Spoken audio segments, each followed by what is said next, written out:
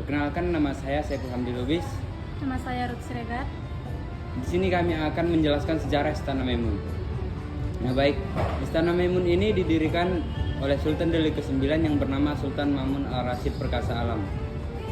Istana ini didirikan pada tanggal 26 Agustus 1888 sampai dengan 18 Mei 1891. Istana ini bukanlah tempat tinggal Sultan, melainkan tempat di mana Sultan menyambut tamu-tamunya. Istana ini memiliki luas sekitar 2.772 meter persegi dan luas keseluruhan itu sekitar kurang lebih 4 hektar. Di istana ini terdapat 30 ruangan, tetapi ruang umum yang dapat dimasuki hanya 3 ruang saja, yaitu ruang depan, ruang tengah, dan ruang belakang. Yang dimana di ruang depan itu digunakan Sultan untuk menyambut tamu-tamunya, dan di ruang tengah itu digunakan untuk melakukan acara adat, dan di ruang belakang itu digunakan untuk acara berjamu. Nah, berdasarkan penjelasan kakak sama bang tadi kan di Istana Maimun ini ada 30 ruangan, di mana yang dipakai itu hanya 3 ruangan. Kami mau bertanya, 27 ruangan itu kenapa nggak dipakai dan kenapa nggak boleh dikunjungi? Apa punya alasan khusus tersendiri? Nah, jadi sisa ruangan itu masih digunakan keluarga-keluarga Sultan yang tinggal di Istana Maimun. Jadi bagian-bagian itu ada di sayap kanan, sayap kiri, dan lantai bawah.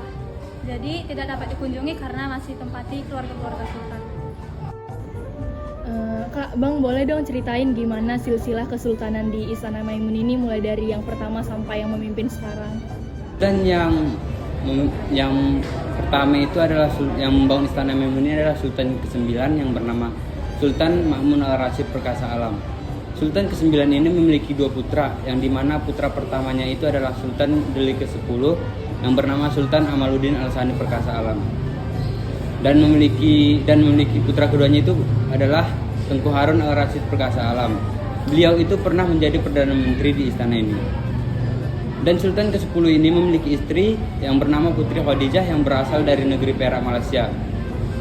Nah, terus dilanjut dengan Sultan ke-11 yang bernama Sultan Osman Al-Sani Perkasa Alam. Beliau itu tidak menjadi sultan karena Indonesia sudah merdeka dan masa pemerintahan pun tidak ada lagi. Terus dilanjut dengan Sultan ke-12 yang bernama Sultan Azmi Perkasa Alam. Beliau juga tidak menjadi sultan, beliau memilih menjadi anggota DPR di era Presiden Soeharto. Dan dilanjut dengan Sultan ke-13 yang bernama Sultan Othman Mahmud Perkasa Alam. Beliau wafat pada tanggal 21 Juli 2005 di Bandara Malikul Saleh, Aceh karena kecelakaan pesawat. Dan beliau itu memiliki 2 putra, yang dimana putra pertamanya itu adalah Sultan yang pada saat ini atau Sultan sekarang yang bernama Sultan Mahmud Lamanjiji. Beliau sekarang menempuh pendidikan S2 di ITB dan beliau berumur 25 tahun.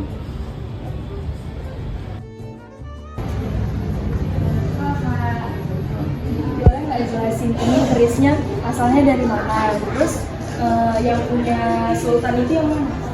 Nah, keris Cendrahati dan keris Bintara ini adalah keris yang dihadiahkan kepada sultan dari tamu-tamunya. Dan keris yang sering digunakan sultan itu adalah keris tumpul lada yang karena ukurannya sangat kecil dan mudah untuk berjalan jaga mau di dalam istana ataupun di luar istana. Iya, jadi kan di sini kalau kita tengok ada logo-logo ya atau lambang.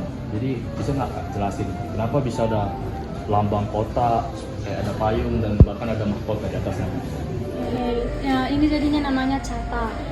Nah, cata itu adalah susunan jabatan lembaga-lembaga yang pernah bekerja sama dengan Istana Maimun.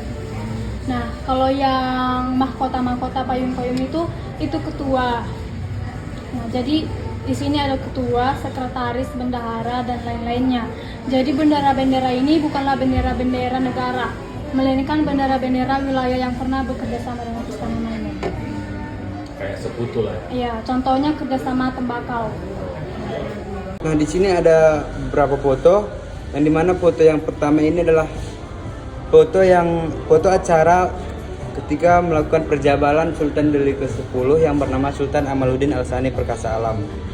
Nah, di sini foto kedua itu adalah upacara sunat Rasul Putri Sultan Delhi. Dan di sini adalah pakaian adat karo. Dan yang keempat itu ada perlengkapan serta perabotan. Dan yang kelima kegiatan upacara adat di halaman Istana Maimun. Dan yang keenam itu upacara putra putri Sultan Delhi Maimun. Oh ya Kak, untuk tempat ini sebenarnya ini tempat apa sih dan kenapa banyak guci di sini? Nah, jadi inilah singgasana sultan. Singgasana sultan itulah tempat duduk sultan ketika adanya permusyawaratan atau meeting. Nah, jadi yang ini namanya puan atau gebuk. Nah, ini tempat air. Nah, kalau yang di sana itu tempat lilin namanya dian. Nah, jadi tempat air ini melambangkan kedamaian untuk sultan. Nah, yang tempat lilin itu namanya lilin pasti ada apinya untuk sultan supaya tegas. Jadi tegas dan damai. Nah, yang dua ini namanya tepak sirih. Ya, itu sebagai hiasan saja. Nah, tadi kan bilang dua warna kuning dan warna hijau. Warna kuningnya melambangkan kejayaan maupun kemakmuran dan warna hijaunya melambangkan ketuhanan yang Maha Esa. Jadi kalau untuk bulan sabit dan sabit yang ada bintang itu? Kalau yang itu namanya kubah. Kubah. Oke, jadi kan di sini kalau kita lihat kan ada banyak perhiasan ya. Ini perhiasan ini milik siapa Pak? Dan kalau kita lihat foto ini kan ada nih pajangan. Ini pemiliknya atau bukan? Nah, jadi ini replika perhiasan istri sultan. Nah, ini dipajang di sini sebagai contoh saja. Contoh permaisuri menggunakan perhiasan istri sultan.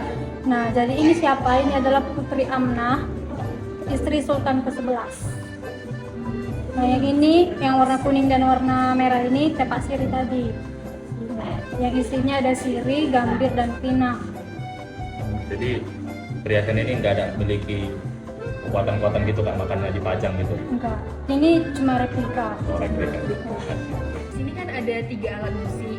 Kakak boleh bantu jelasin nggak ini tuh alat musik dari tahun berapa sih? Karena kan di sini kami lihat alat musiknya udah mulai seperti langka itu kami lihat.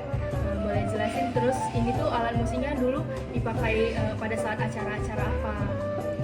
Jadi ini adalah 3 alat musik Melayu, yang ini namanya gendang, ini namanya akordeon, dan ini biola. Nah, jadi alat musik ini digunakan dulu ketika ada acara adat di Istana Maimun. Nah, ketiga alat musik ini digunakan pada zaman Istana Maimun sudah digunakan.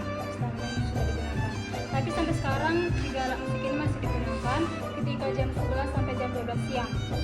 Tapi biolanya diganti sekarang menjadi bass. Terus jam 11 itu digunakan sebagai ada kayak memperingati apa gitu, kenapa setiap jam 11 gitu? Mungkin digunakan untuk karena mulai dari Istana Maimun sudah didirikan sampai sekarang untuk menghargai. Oke Kak, kita sambil duduk aja mungkin ya, biar enak. Ini nggak apa-apa didudukin nggak? Nah, ini replika. Oke. Jadi sebenarnya dia ini kursi siapa gitu Kak, sampai dipajang 2 gitu. Dan kalau kita lihat kan foto di atas ini kan ada mungkin sejarawan gitu kan, dan dari Batavia aku tengok tulisannya gitu. Nah, jadi ini replika tempat duduk Sultan dan permaisurinya ketika penjabuan di sini. Nah, yang di atas itu adalah Sultan ke-9 yang membangun Istana Maimun. Kenapa ada Batavianya? Arsitek Istana Maimun ini berasal dari Belanda yang bernama Theodor van. Theodor van. Gak lama sekali ya. Oke Kak, jadi kan selain Istana Maimun ini kan selain tempat bersejarah gitu, kan aku tengok ada anak-anak di bawah. Itu anak dari keturunan atau gimana tuh? Soalnya banyak juga aku tengok kan keluarga-keluarga mungkin. Nah, jadi ini kan jadi tempat tinggal keluarga sultan.